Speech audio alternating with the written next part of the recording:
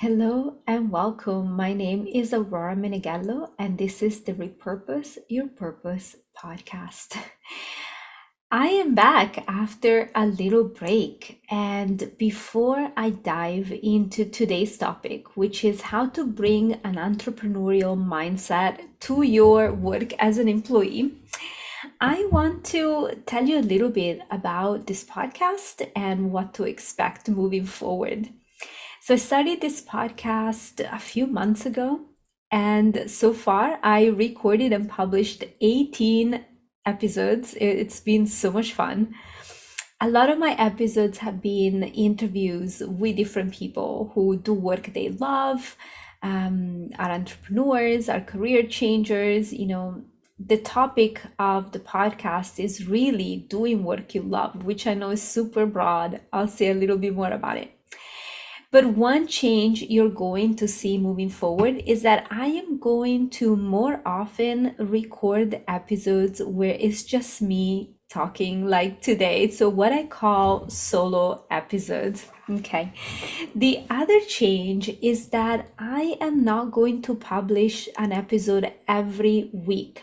Sometimes it might be every week, sometimes I'm going to skip a week or two. That's because I want to make sure I'm not just publishing episodes, but that I'm present and I record something I, feel about, believe in. And also to walk the talk, I encourage my clients to have a sustainable work-life balance and work schedule. I love what I do, and I hope to keep doing it for a very long time.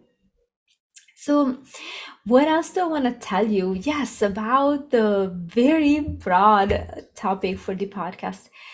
Well, there are a couple of reasons for it, and I know I'm supposed to niche it down, be very, very specific, have one message and keep repeating it. I know. I used to work in marketing. I still do marketing. I understand all that. But here's the thing, when it comes to work, when it comes to doing something you love professionally, and especially because part of what I do is help people change careers when they're not sure what they want to do next. And I also help people bring their business, their leadership to the next level. When you're in that moment where you're not quite sure, you're looking for new direction, new inspiration, I think it's more helpful to engage with content that might be outside of what you would look for. We're so used online to, know what we want, get there. Everything is the algorithm, right?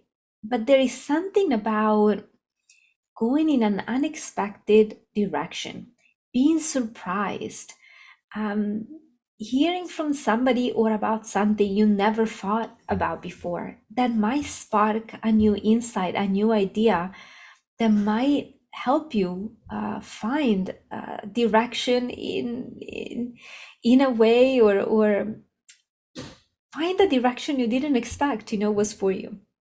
So I do like to keep things in that way very open. And I hope you check episodes of the podcast just because of the unexpected nature of it.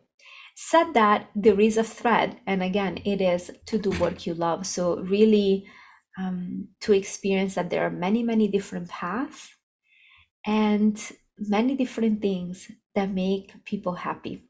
Okay. And the secret to life is that you get more and more in tune with your inner wisdom and open and drop behind that conditioned mind that tells you only this way and let the magic happen. All right. The other reason why I like to keep it broad is because if you ever have the chance of talking to somebody who's worked with me, or maybe you check the testimonials on my website at repurposeyourpurpose.com, you will find out that over decades, really at this point, I have learned and practiced many things. And that is one of the advantages of working with me, that I can point people in many different directions and give support in many different things, again, under that umbrella of doing work you love, right? Now, my clients, and when they're looking for something very specific, then they need to seek out that expert or that resource. But there's a really great advantage in working with somebody who knows about a lot of things and can share, can support, can hold space for many things. And that's something that I find it's a little bit rare. We tend to, in the United States especially, point people towards and encourage to be super specialized. But I know for me, I appreciate the super specialized expert, and I benefited a lot to also work with somebody that has a much more of a bigger picture and an open, wide lens through which to look at the world and the world and support me. Okay, last but not least, this is not changing about the podcast. I really recorded these podcast episodes, my solo episodes, mostly one take. I might have a few notes. A lot of the time, I'm just sharing, okay, what comes to me around the specific topic. Today, I have a few notes because I don't want to forget anything. So, also, I really intend this to be a nice conversation. And, forgive me if it's not super polished, but I really want you to relax as you listen to any of these episodes. Tune into your wisdom and let the conversation flow. Let the words flow. And if something intrigues you, if something resonates, then look into it. And if it doesn't, I hope you have a good, pleasant listening experience. All right, should we start with today's episode? And today's episode is how to bring an entrepreneurial mindset at work. I want to refer you to the past episode where I talked about the challenges and rewards of working for yourself. This is a good segue because in that episode, I mentioned how sometimes when we go back to full-time work as entrepreneurs, having experience being entrepreneurs or self-employed, we can really bring a different mindset to work. And somebody in the comments, asked me to say more about it. I think it's an underexplored topic and it's quite fascinating. So I want to share more today because you know what? Even if you haven't been self-employed before, you might be able to apply some of what I am going to say. So ready for the tips? Okay. So the big thing when you're self-employed is that you have 100% responsibility for your business, for your income, for your business, for your negotiations. You really take on a ton of responsibility. And there is no boss that's going to tell you, you have to work today, or you have to learn this, or you have to do that. Like, you really have to take on a very high level of self-discipline and responsibility.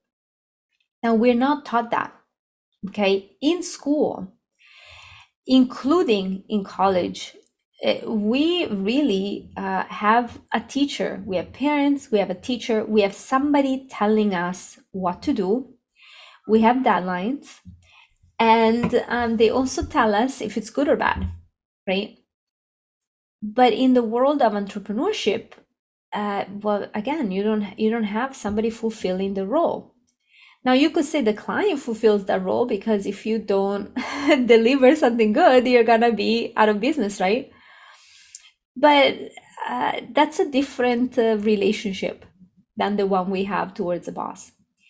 Now, if you're a full-time employee, something magical can happen if you treat your job as if it was your business.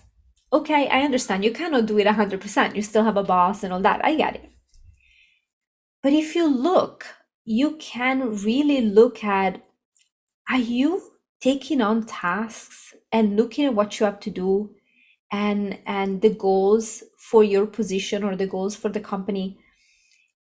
taking 100% responsibility, being 100% self-disciplined, really taking it on as in like, no, no, no, it's not because the boss tells me to do it. I am present. I want to do this. I'm on it. This is when I think it would be most productive for me to work and so forth, right? It can be a game changer. I find that first of all, the workplaces that are happy with this, we should be surprised how many bosses actually love this kind of attitude. But those workplaces in general are better workplaces, okay, for people to work at because it means they tend to micromanage less and also appreciate initiative and no, we respect individuals at a higher level. Okay, I'm generalizing here, but this is something to keep in mind. So, of course, different setups, different positions, different levels of leadership, and so forth, will give you different constraints. But regardless, you still have room to move more in this direction. And what I found is that, first of all, you start feeling better because they've done studies. You don't even have to just take my word, you can look it up. When we feel like agency in our lives, we feel better, and when we feel we're doing things because we have to, we're victims, we don't have a choice, all of that, we feel worse. So taking that on, as in like really taking on 100% responsibility for your discipline, for your goals, for what you do, can have a very beneficial psychological side effect. The other thing is that it usually makes us more effective, more productive, more effective, even more pleasant to work with. So that can give us a boost as far as the outside world, right? Where maybe we're more appreciated or we feel better because we are now achieving better results, right? So really try this, taking on the responsibility and self-discipline. Now, the other thing that happens when we do that is that we might naturally speak up more. Okay, so we might naturally start sharing our ideas more, again, within, whatever are the constraints of your job or guidelines of your position. And we also start sharing what I call natural boundaries. All right, so let me break this down a little bit. What do I mean sharing our ideas more, speaking up more? Well, look, if it's your business, okay, and your client comes and asks you, like if somebody came to me, okay, and said, I want to change careers, I would like you to help me, and I want to pay you for just one session, I would have to tell them like, look, I'm happy to have my introductory, I always have discovery call. I'm happy to do that with you, but I don't have somebody pay me for one session expecting certain results. Like I just can't do that. That, quite frankly, that would be unethical on my part. Like I really don't think I could help you. Right? So I have to take responsibility. If something I think is not possible, I say it. I'm not gonna be like, well, my boss said I have to, do this, therefore, right?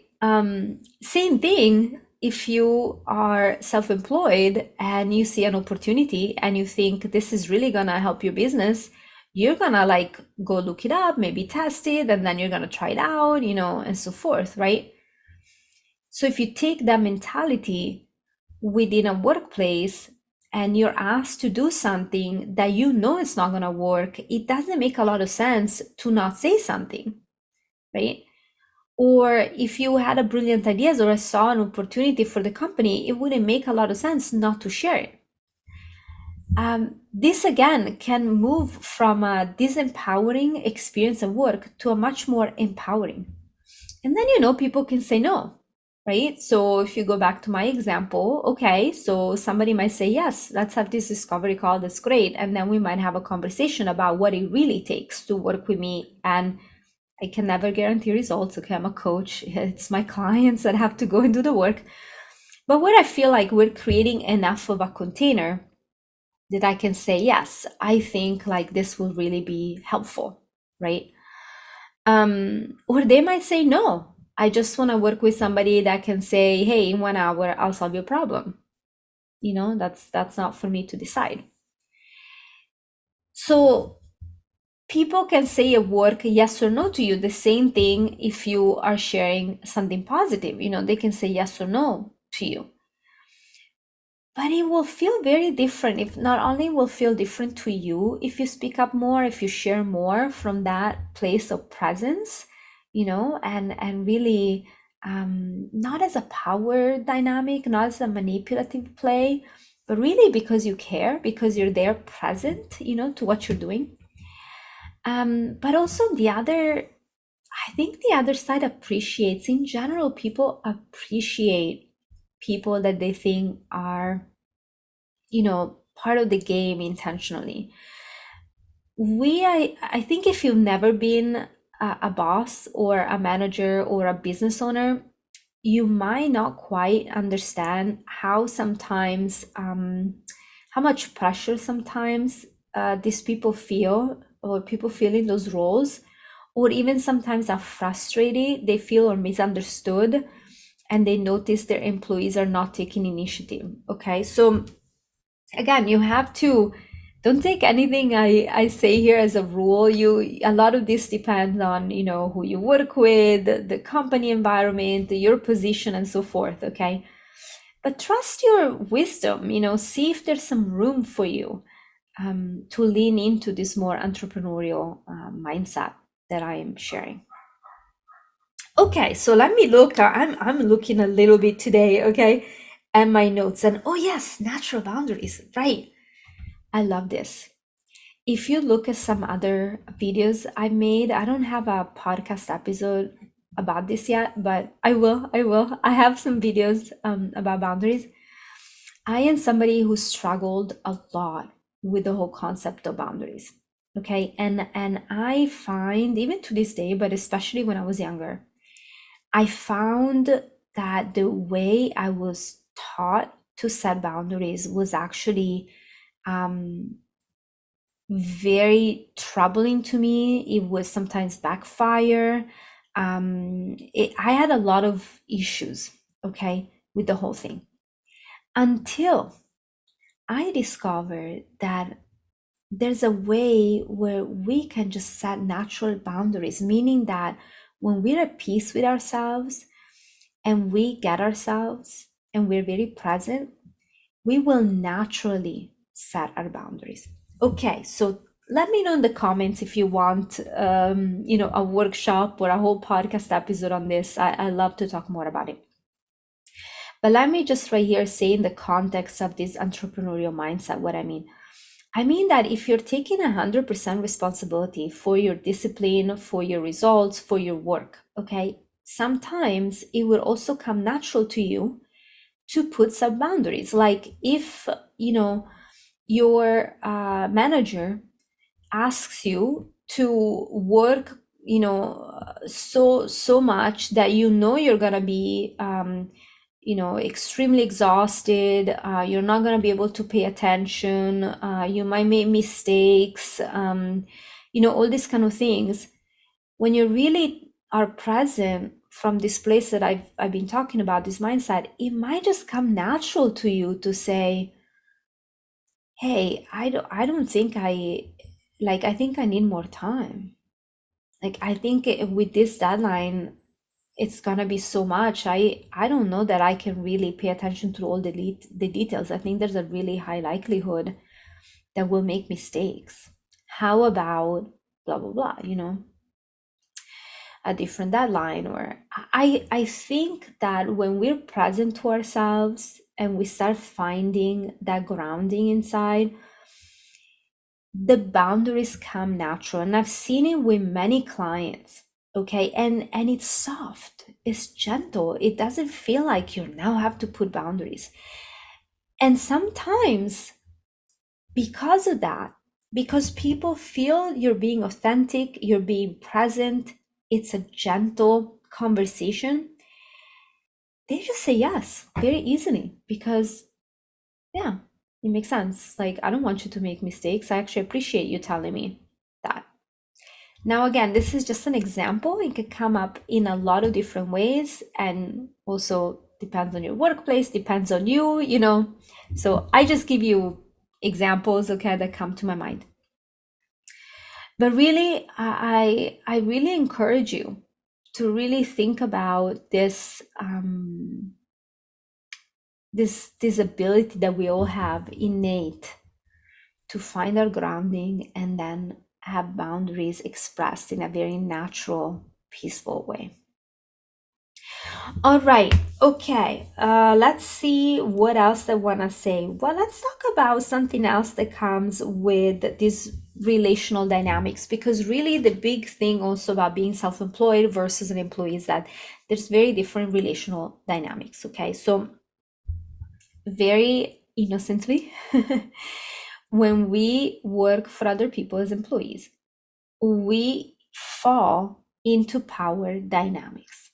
Okay, sometimes it's because there are some power dynamics already at play and you feel it and you react to those, right? But in my experience, we're so used to, because of school, to certain power dynamics that we just fall into them regardless, okay? And some of this power dynamics is what I've already shared, which is giving your power away to your boss. They're responsible now, right? Whatever you don't like, it's their fault, you know, that kind of stuff. Sometimes it's the not talking, you know, the not sharing, you know, all that kind of stuff. Sometimes, sometimes it can even be something like and this is a much deeper topic, and some of it, you know, outside of my skill set, but I'm going to share it anyway, because if you recognize it, you might want to get some help. Sometimes, because we fall into these power dynamics again that we are falling into in our head or that are already present, our trauma triggers from childhood, our childhood trauma or childhood unresolved unconscious dynamics get triggered. Okay? So that's a whole thing that, in my experience and from my observations, but this is anecdotal, you know, I haven't done research on the topic, but just from my experience and observation, that doesn't happen as often as a self-employed individual.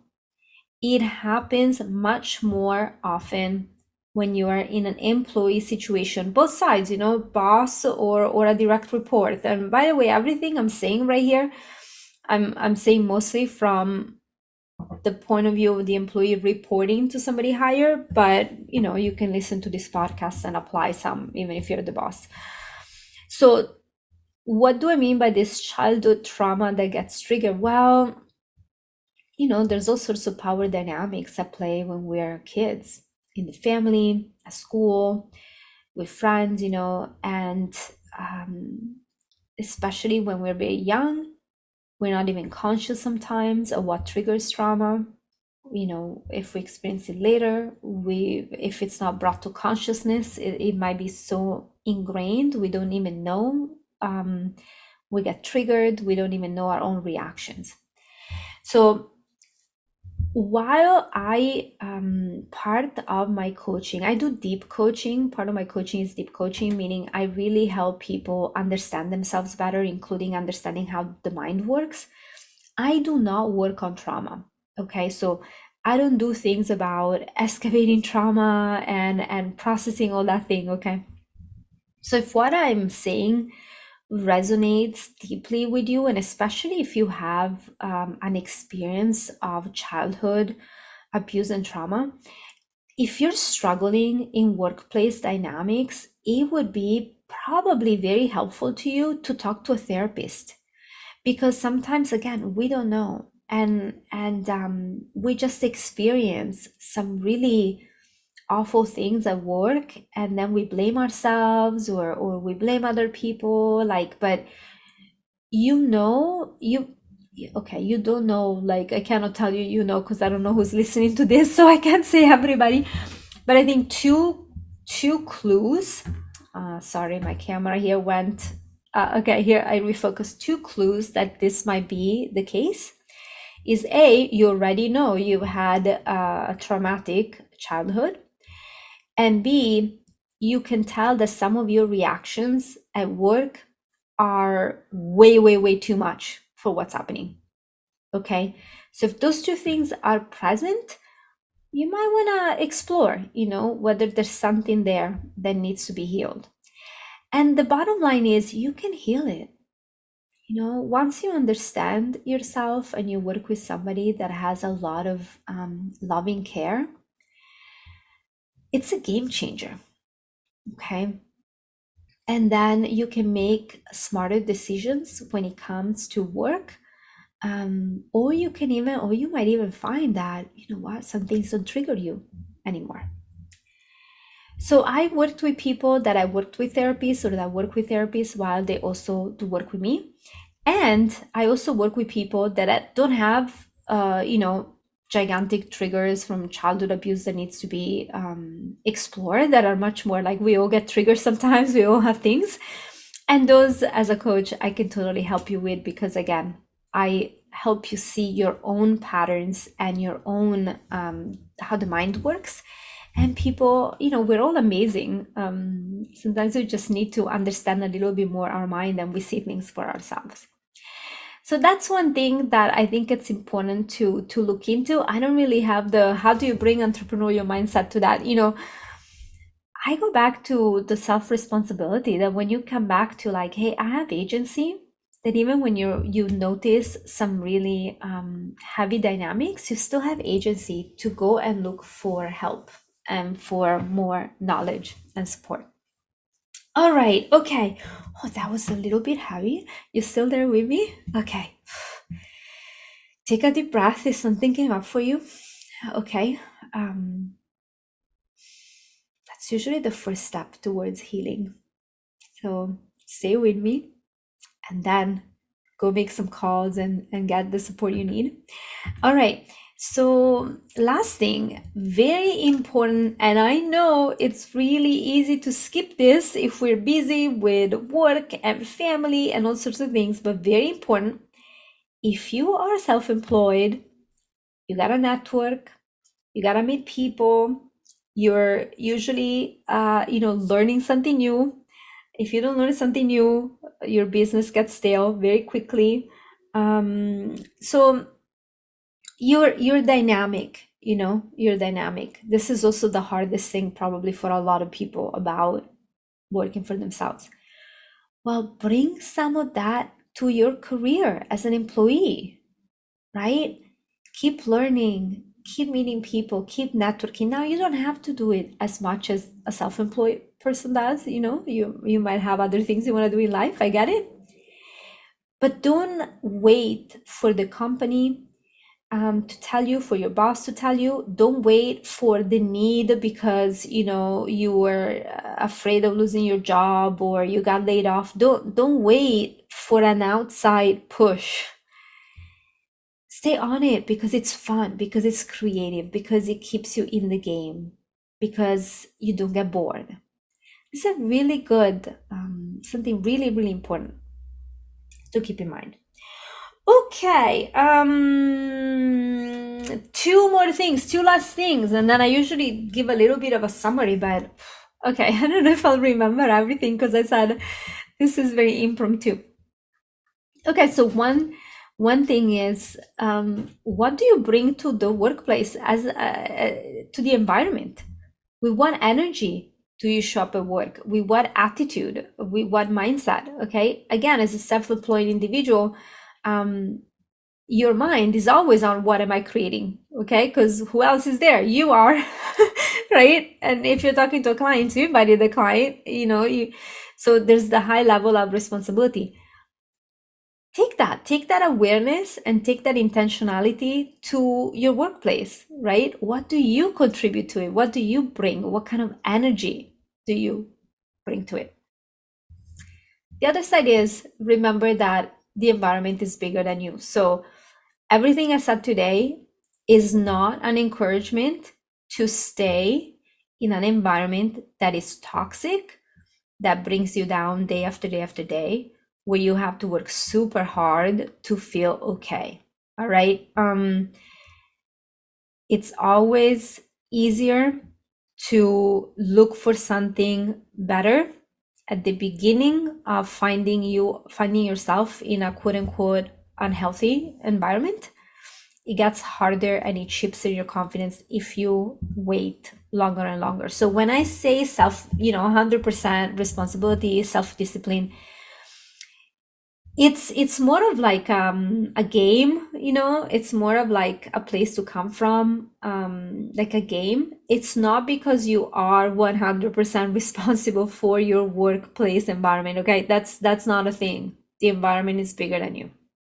So whatever I say today is really not an encouragement to stay in an unhealthy place.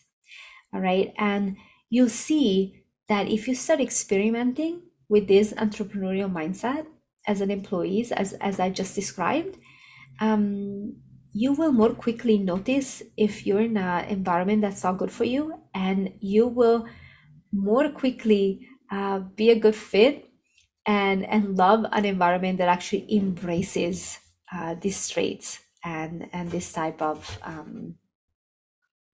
don't know, attitude or way of working.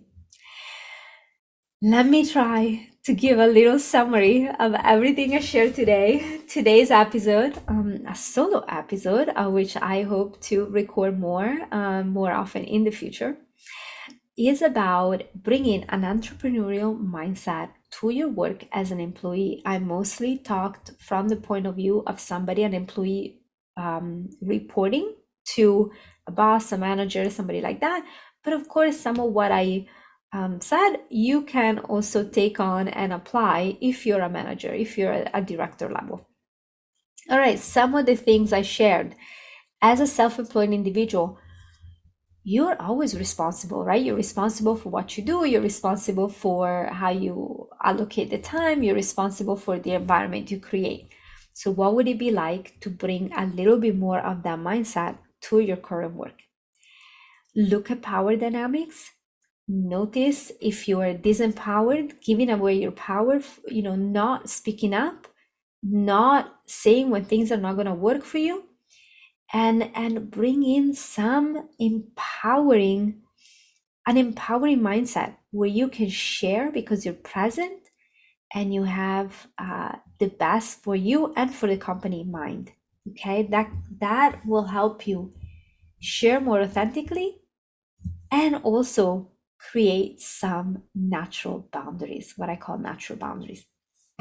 Okay, I gave you a little bit of a tip there. If you think you might experience a lot of trigger from childhood, trauma or anything like that, please get some support. Sometimes that happens as an employee.